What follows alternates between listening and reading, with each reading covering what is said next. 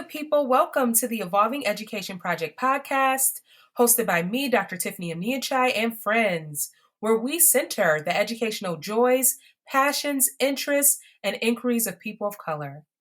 This is episode 19. I will be discussing the complexities of reading instruction, critiquing both the science of reading and balanced literacy approaches for failing to adequately address the needs of students of color, and calling for literacy scholars who are critical, like myself, to do something about it. We would like to begin by shouting out the top 3 cities that listened to episode 17. You know, the one with D'Angelo Blanchard? Yes, the artist, dance artist. Yes, that one. It's a tie for New York City, Buffalo, New York, and State College, Pennsylvania. How exciting that our audience is growing. We appreciate y'all for pressing play and listening in your car, at the gym, on your walk, wherever. Please continue to share this podcast with others. Thank you. The title of this episode is Interlude. Some thoughts on reading instruction, literacy, and the science of reading. For this episode, it's just me, y'all. Just me. I will be weighing in on this conversation with experiences and perspectives that have been heavy on my heart and mind. Here we go. Okay, can we be real about this conversation with reading instruction, the science of reading, literacy? Like, can we really be real about it? Okay. The thoughts that I'm going to share today, I'm going to bypass a lot of arguments that have already been made. And I want to share something that I don't think that we are fully considering, especially those of us who consider ourselves to be critical literacy scholars, those of us who center students of color in our work. We have to consider some other things before we just choose a side.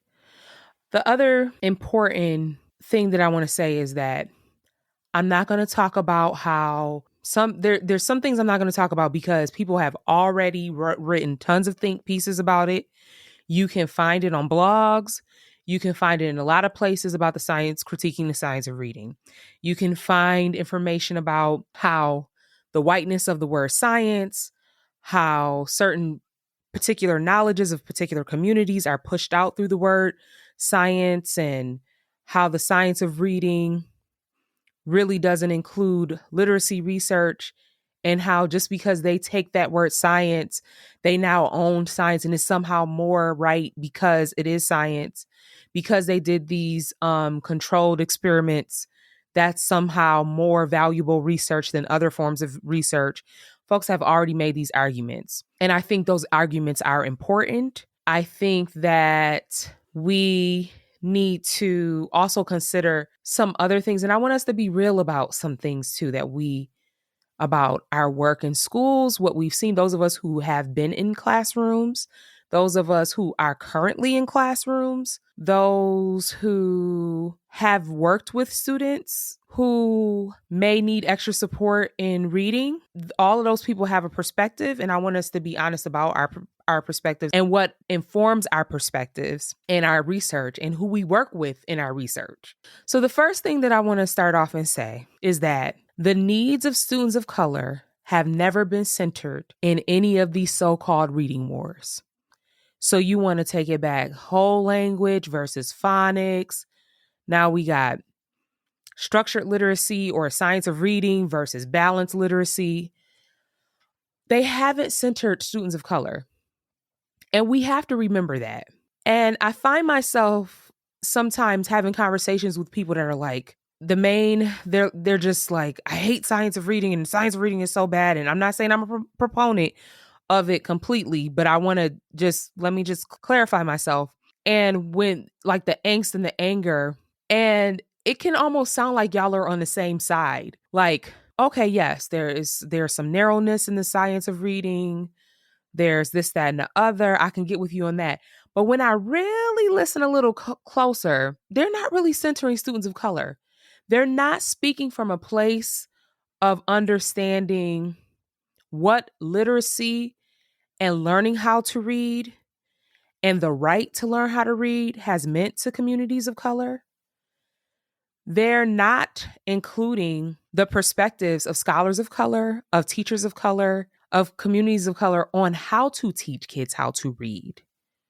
They bring us in for the diversity stuff, for the cultural color. But as far as the expertise and the contribution to sciences of reading, and not even if you want to be against science of reading, then on the other side with the balanced literacy, how many scholars of color are invited to those conversations or were invited to those conversations on balanced literacy? Whose expertise were included in that?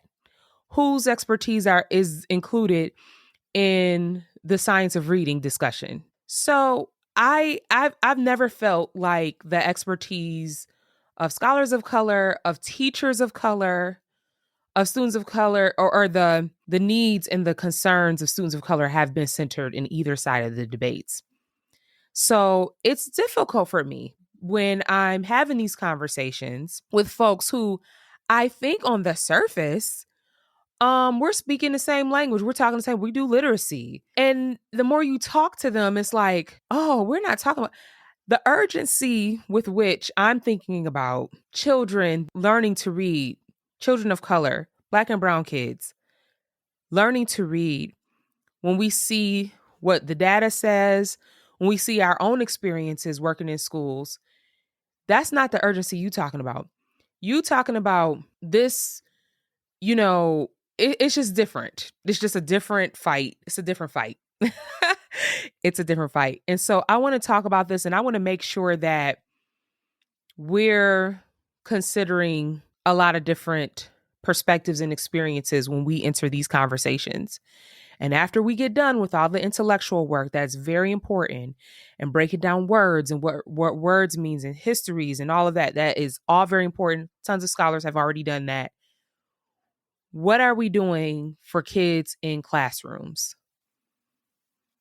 What are we doing for teachers who, with every intention, want to ensure that their students know how to read proficiently, that they can pick up any book that they want to read and read it, that they're not sitting in classrooms ashamed because they can't read, and that we're also holding them to being critical spaces, which is aligned with the practices and the histories of people of color.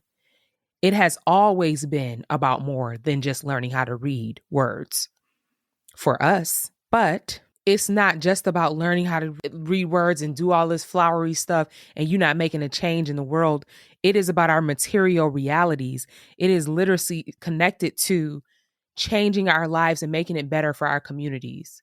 And so if you're not talking about literacy in that way, and it's no justice in learning how to read, there's no connection between what's happening outside in the world and what I need to do to navigate schooling and my own personal goals, we're not talking the same language, okay? Now, when I say students of color have never been centered in any of these so-called reading wars, sure, we have been mentioned, used as pawns to appear as if folks are concerned with our children, and when they clearly are not, right?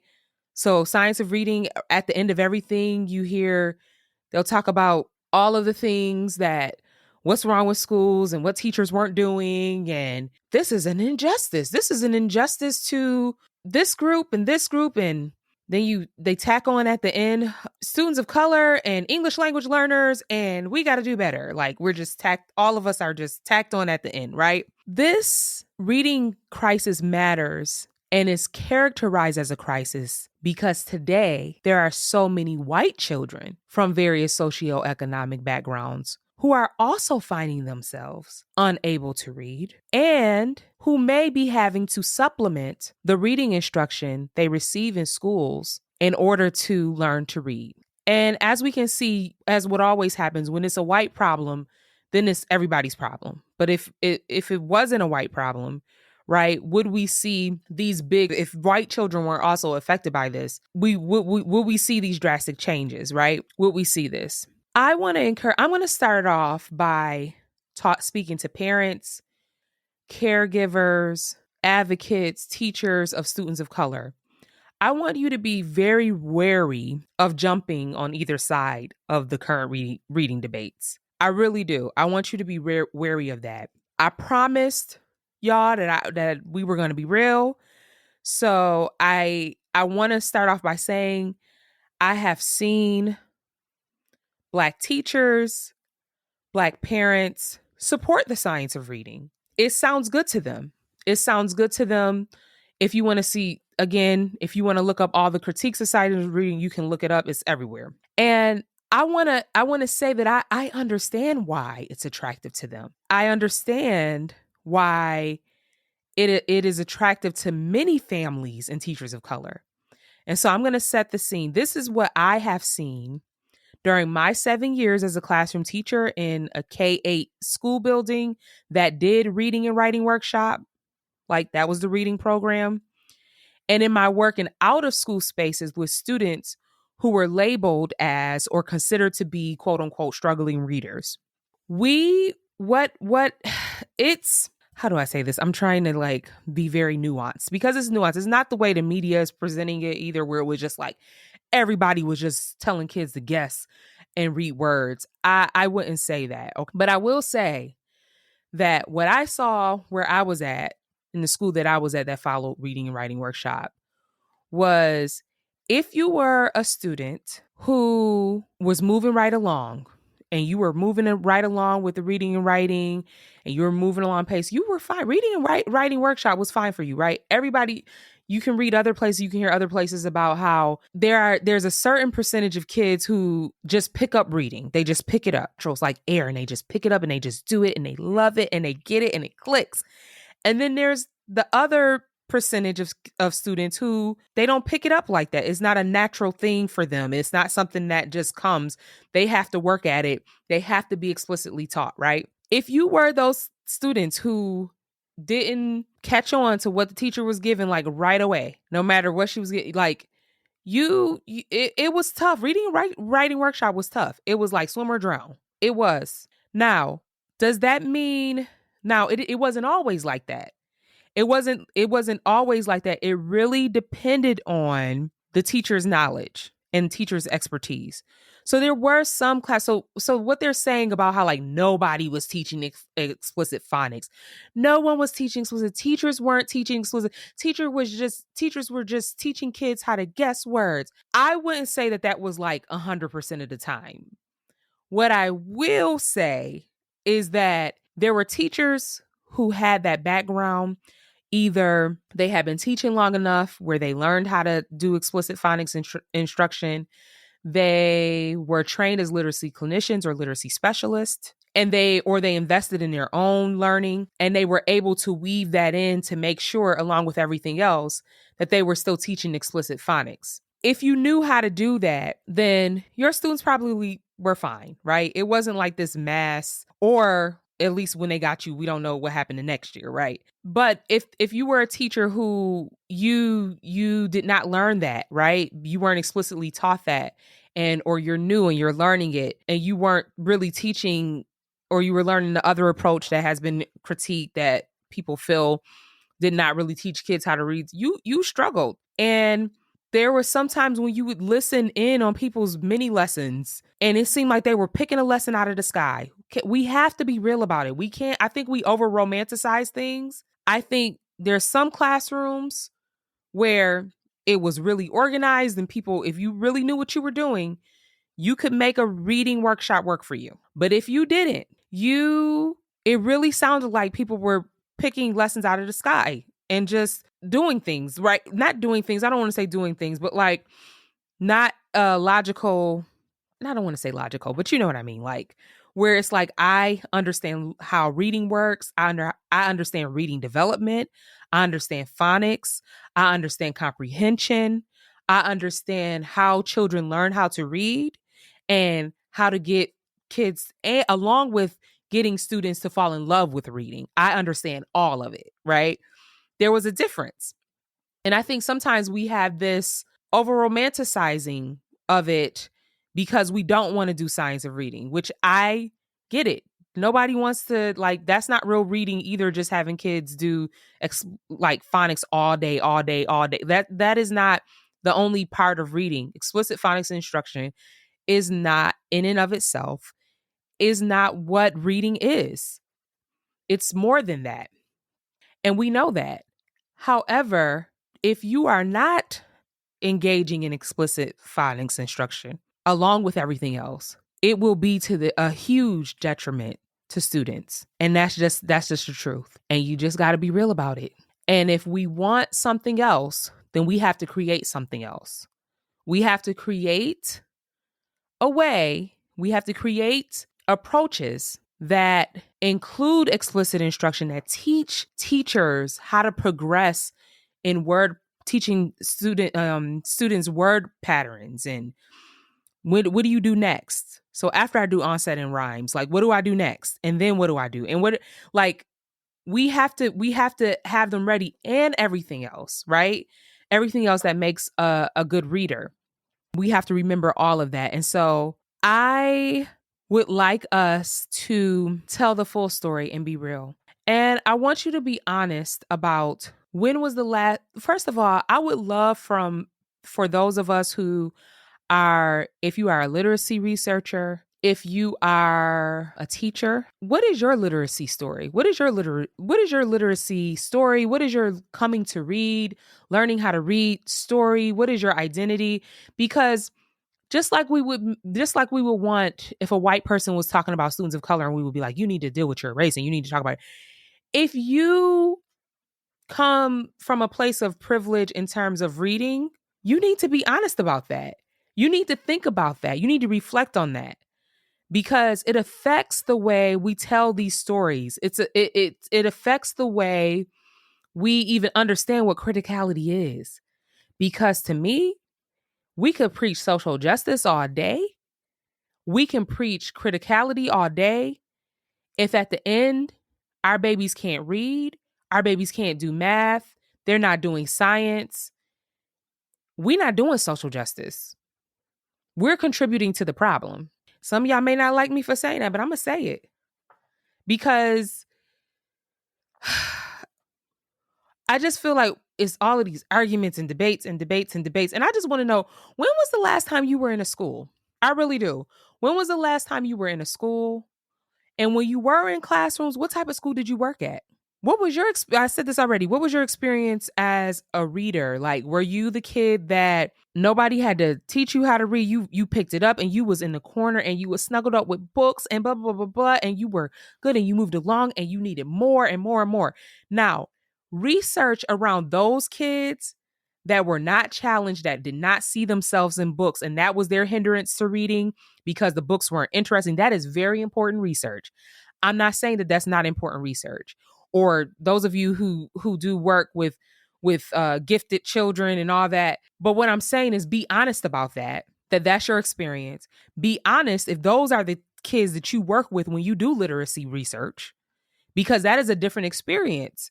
That is a different experience than those who either you had an identity as you were labeled as a struggling reader. I was labeled as a struggling reader. If you work with students, if you taught in schools where you got everybody who was willing and able, those of us who taught in public schools, in working class neighborhoods or middle and working class neighborhoods or range, you got whoever came in that building. So if that's a different thing. Where are we doing our research? Are we doing research in public schools where anybody can come? Or do we have these highly selective processes by which we allow kids to join our little programs, right? So that we're curating a particular type of student that we then research.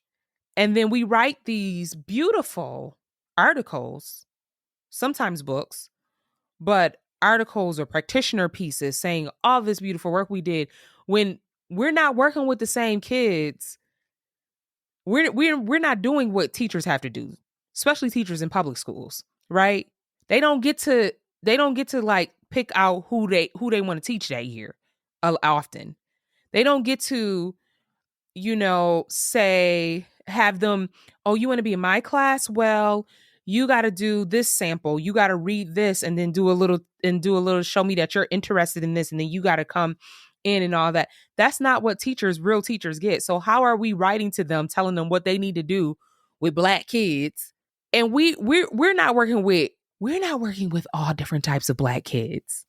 We're working with a very particular type of Black child and Black children that fit a certain type that we want to work with, that may not be coming with certain needs, right? Or certain things that they did not get in their education. And so you're not having to do all that. And so you can jump and go to these different particular conversations. And so we got to be real about that so that we can be helpful and we can be of use to teachers, so that then when you have something like a science of reading, teachers can say, well, I know this other approach that they do explicit phonics, but they also do all these other things to reading and all of that. The problem is that what do we have? Like, we have to have something to combat that, to show the fullness of it that's really dealing with the real realities that people have in schools. Another problem is, to our credit, I don't want to say to our credit, but also my critique of science of reading, and they don't read the literacy research. I mean, the Rand study, Pearson's Rand study on comprehension, and they're not consulting that. So that's not right. Where literacy researchers have done intense research studies, the media, these popular podcasts that want to do an expose on every teacher in America and certain programs, they don't even reference literacy. Like, the majority of literacy research, it just has to have science in it. It has to be science of reading, right? People have already said that. But, so yes, that's not right either. But I want us to come back to the drawing board, or go back to work that we know about. My senior scholars, if there's stuff that people have done before where they have worked all of this together, tell us about it. Let's bring that up. Make teams. If you retired right now and you know about this stuff, create teams of early career, mid-career scholars so that we can go back, teach us, tell us.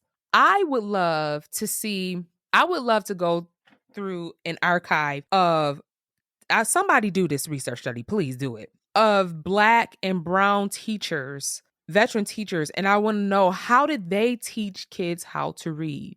What were their approaches? That's what I want to know, because we've been doing this work. We didn't need no science of reading.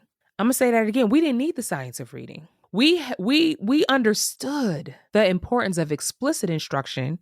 We give explicit directions. We give explicit instruction.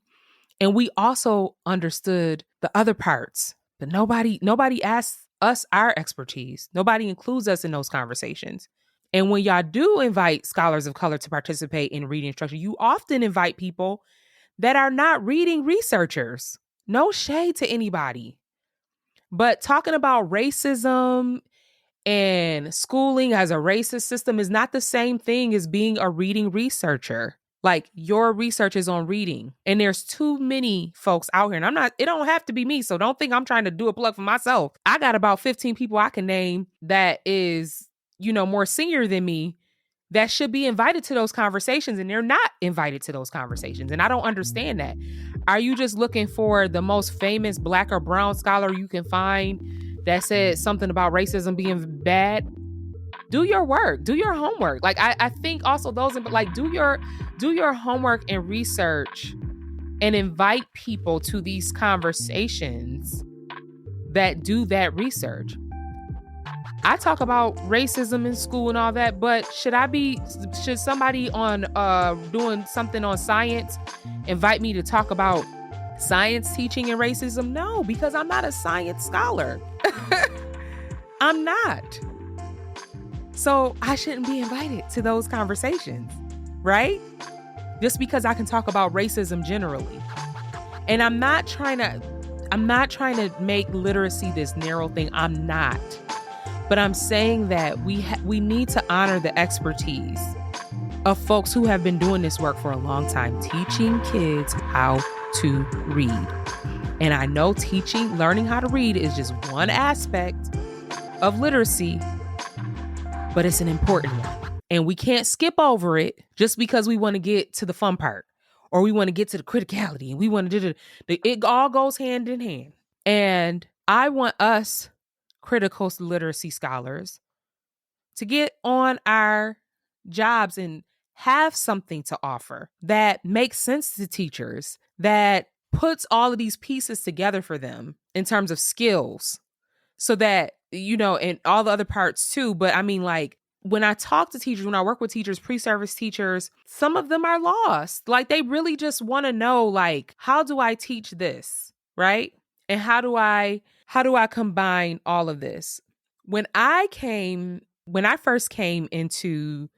my first teaching job, basically, I was fresh off of coming through training as a literacy clinician and a literacy specialist, receiving my master's of science in those areas. I was excited. I'm equipped. I'm ready to learn all of these things. I'm ready to incorporate, not learn, but incorporate everything that I've learned about teaching kids how to read. And I remember having a conversation with the person who was over our literacy program for the school, and just mentioning some things that I had learned about explicit phonics instruction, reading instruction, diagnostic teaching. And they looked at me like I had 3 eyes on my head or something. And I realized that, oh, you don't know this stuff. Science of reading is not the only place or the only discipline that has offered explicit phonics instruction. I learned that.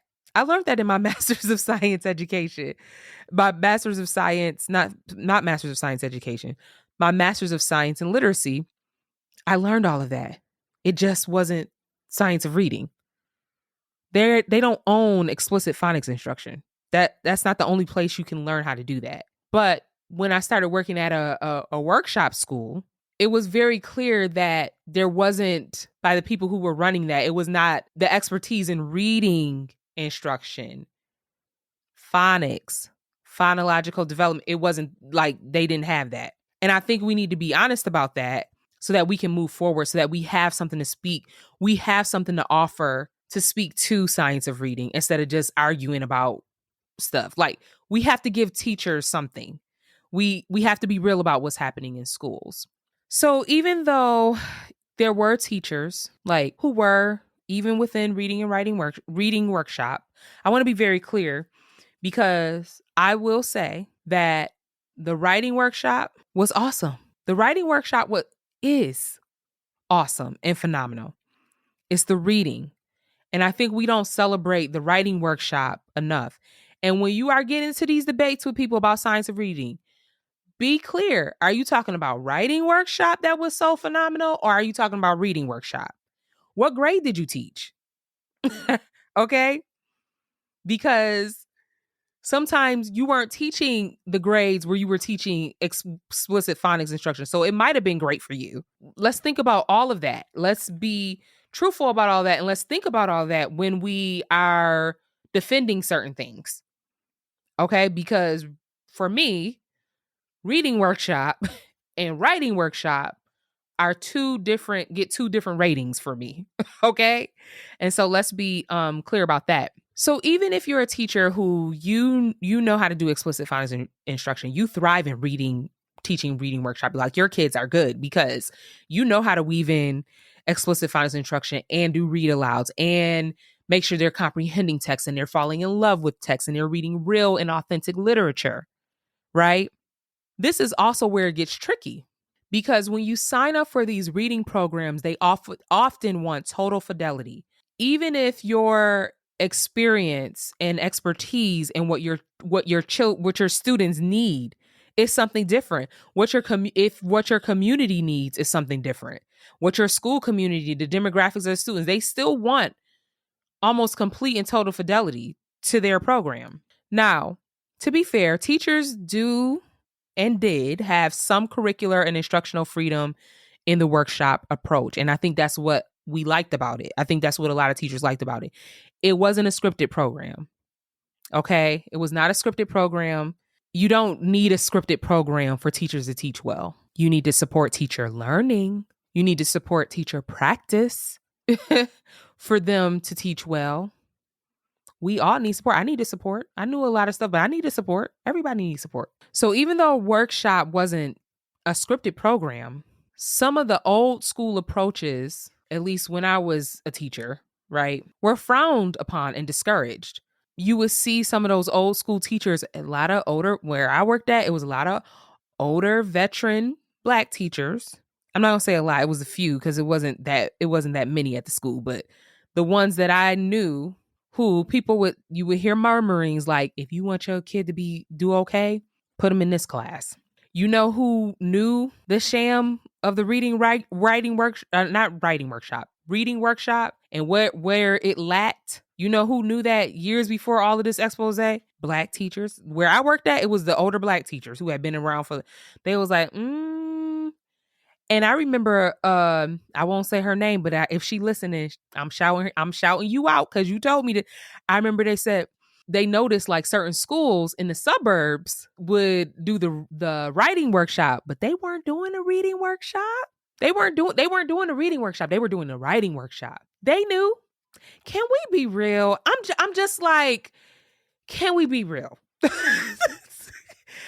They knew that the reading workshop was not it. So they only took the writing workshop was awesome. It is awesome. But what I noticed is that they were looked down upon, like the teachers who were doing some of that old school explicit instruction alongside, they were looked like, yeah, they're doing that, but they don't really know what that's not really what we're doing.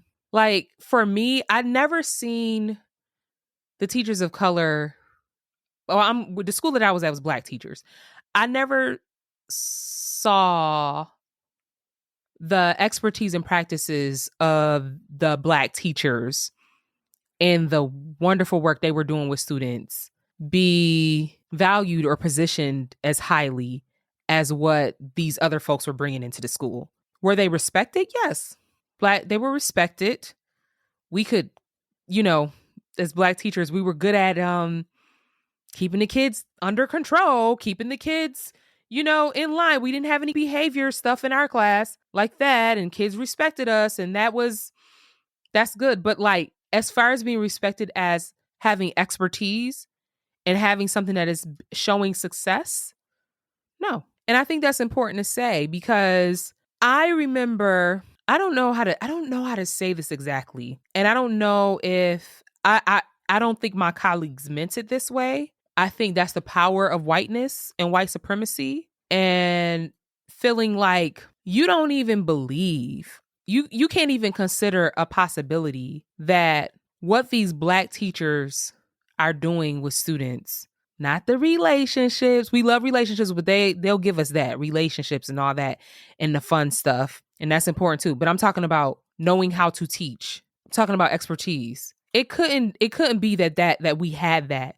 if white teachers didn't have it. It had to be. I felt like it was always looked at like you were lucky, or it's a suspicion, or the success couldn't be real, or you rigged it in some sort of way, or we're doing some type of tricky magic thing and the kids are just under our spell and they're just doing well. It's not that we really knew how to teach and that's why they were being successful. Yeah, there's no way a few Black teachers could do what the white teachers couldn't. And I felt that.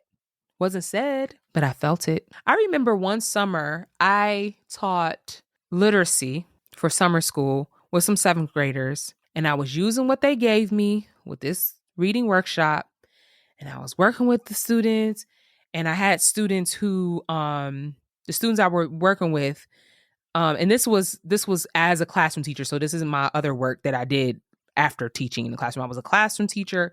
I was at the school working in the summer with the students who needed extra support in reading. And I was incorporating what the reading workshop gave me.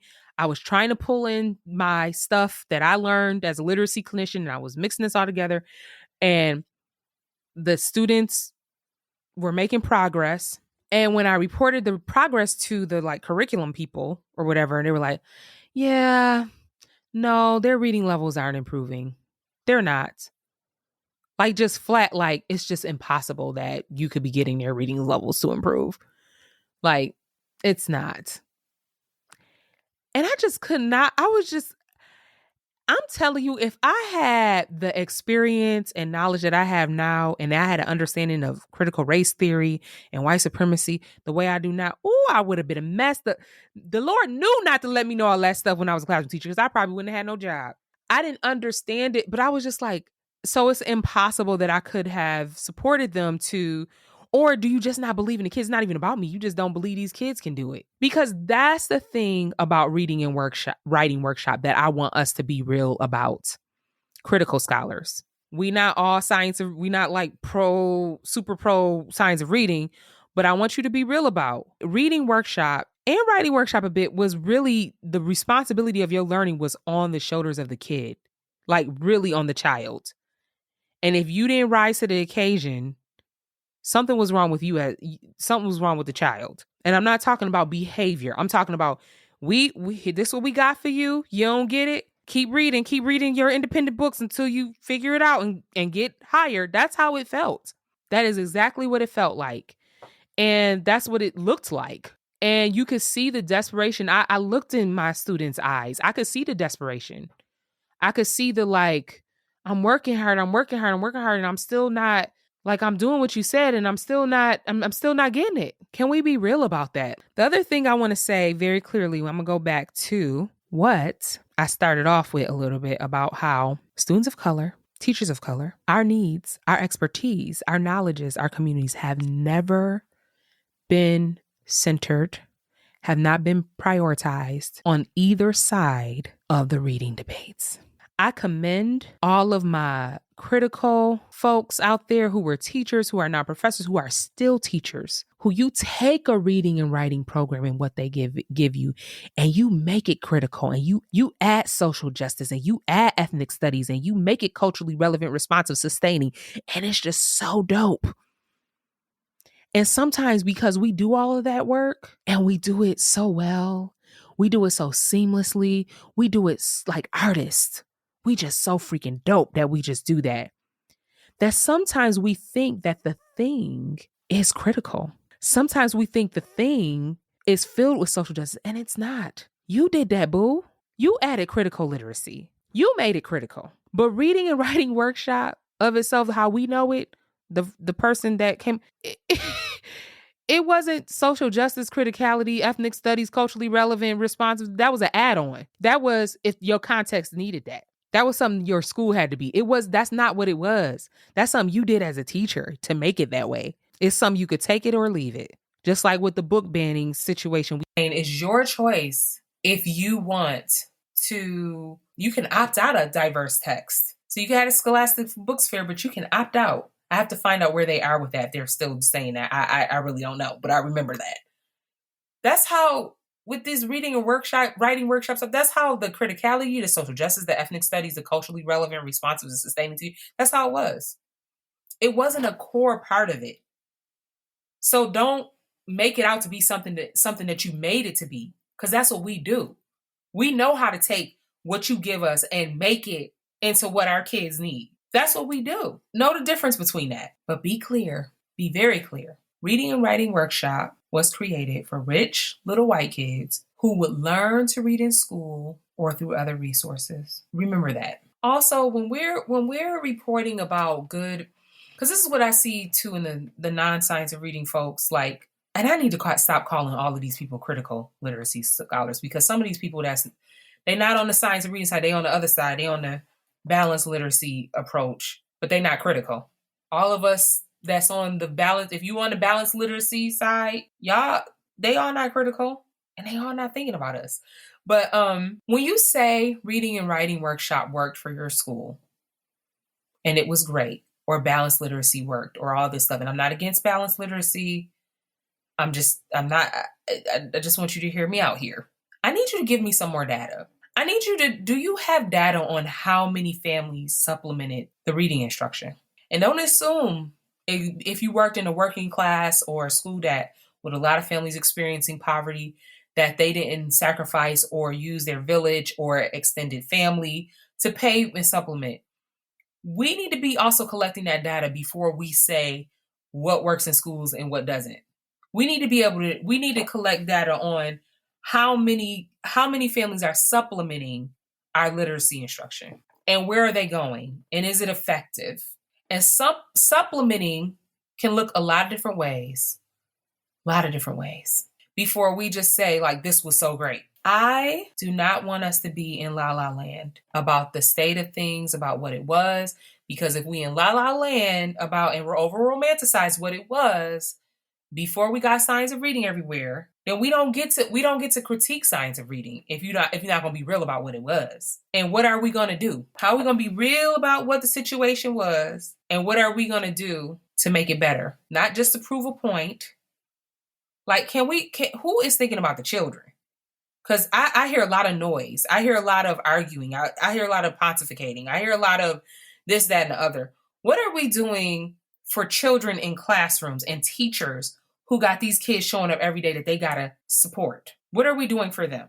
Because our blog pieces ain't going to do it. You sitting in your corner and saying, I don't like science reading and it's okay, what are you doing then? Because they need something. What are we doing? And I'm myself too. That's how I can tell how disconnected people are from real communities or real classrooms or classrooms that don't have a whole bunch of privilege happening.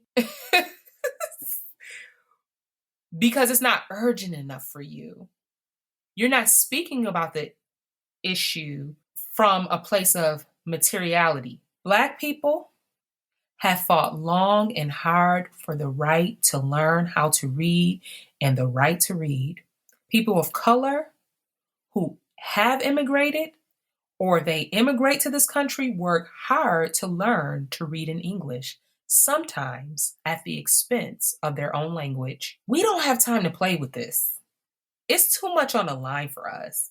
We don't got time for these ideological wars. So much of these debates are so ideological and you can't pinpoint nothing. And when we do that, we're not helping nobody. We're not helping students of color. We're not helping white kids. We're not helping teachers of colors. We're not helping white teachers. We ain't helping nobody because we just stand on the soapbox arguing. There's some questions that I have about what's going on in schools today. And I would love it if you are a teacher or you are a principal or you are a superintendent, or you're the curriculum director, you're over the reading program.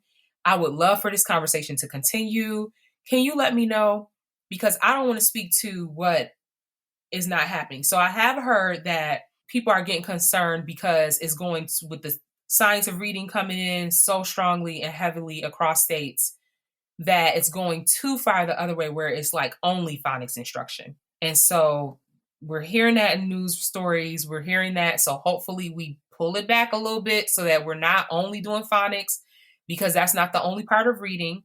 I hope we can also think about reading and learning to read and supporting students in learning to read beyond the early grades. It is not only the early grade teacher's responsibility to teach kids how to read.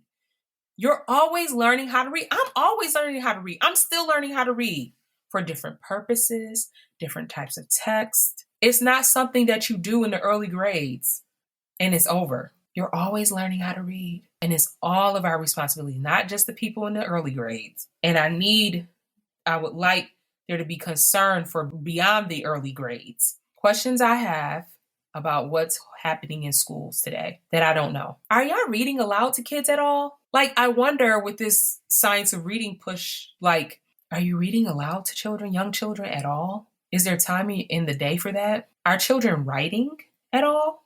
Like, do they write stories? Do they write their own pieces? Or are they just writing to learn this very structured way how to write? Even though the science of reading is not a science of writing, yet it's influencing how we teach writing. Make it make sense. Make it make sense for me. What are y'all doing for comprehension? I want to know. What are you doing for comprehension? For teachers who are in schools that are either doing criticality, social justice, ethnic studies, like that's a big part of your school, culturally relevant, responsive, sustaining teaching. How are you doing that with this new science of reading push? I want to know, how is that going for you? What's happening with that? I'm really concerned. I'm really concerned about this because I want us to continue to fight. I want us to continue to question knowledge, question the use of science, and who gets to be who is science and all of those things. But I want us to do the work we need to do to offer something that makes teachers feel. There's teachers of color that are not feeling what we offering, and it's not because they're anti-black or anti-brown or trying to be white. They want to go home at the end of the day and say, I am helping children learn how to read. So what will we do? What will we offer? We got to do better, and we got to be real about the situation, and we can't over romanticize. And we also have to say where we fall in the literacy story, what our experiences are, the schools we worked at, what grades we taught. When we do those of us who are researchers, who are the kids that you have in your study that you didn't write all of these implications for all kids? It matters. It matters. Thank you for listening to Interlude, some thoughts on reading instruction, literacy, and the science of reading. If something from this episode resonated with you, please share it with others and let us know. Also, I asked some questions about what's happening in schools today. Please let us know. Tune in next Wednesday for the start of our next series, and the struggle continues. Trust, you do not want to miss that. To find out more about the Evolving Education Project, to write in, or to join our listserv, check us out at evolvingeducationproject.com. And please subscribe to this podcast and follow us on Instagram, X, and Facebook. If you can only choose one, please follow us on Instagram and love all of our posts. Support that does not cost a dime. If you've been enjoying our podcast, you can also support us by writing a review. Favorable reviews help more educators, organizers, families, communities, and activists find us. We hope to continue to cultivate an authentic audience and community. We want you to help us to evolve over time and shape what this could be. Now that you know what we're about, let us know what you want to learn more about, authors that you would like us to interview, discussions you would like to have. Also, please write in by sharing your stories, dilemmas, joys, a related incident that made you laugh, questions, disbeliefs, hopes, and more when it comes to people of color. You can write in through the website, but if you ain't got time for all that, I get it. Write in by sending us a DM through any of our social media outlets. And if you don't want to type it out, you can write in by sending us a voice memo, audio recording. All of this counts as a write-in. Okay, so who should write in? Children and youth of color, parents and caregivers of children and youth of color, traditional and non-traditional educators, students, teachers, leaders, administrators from early childhood to higher ed, activists, organizers, artists, authors, community workers and leaders, nonprofit, not-for-profit folks, and anyone who loves people of color, is invested in their humanity, their past, their presence, and futures, and wants to make social justice a reality. We will discuss your write-ins on the show anonymously unless you tell us otherwise. So don't miss it. Tune in next Wednesday for a new episode. Okay, that's all for now, good people. We out.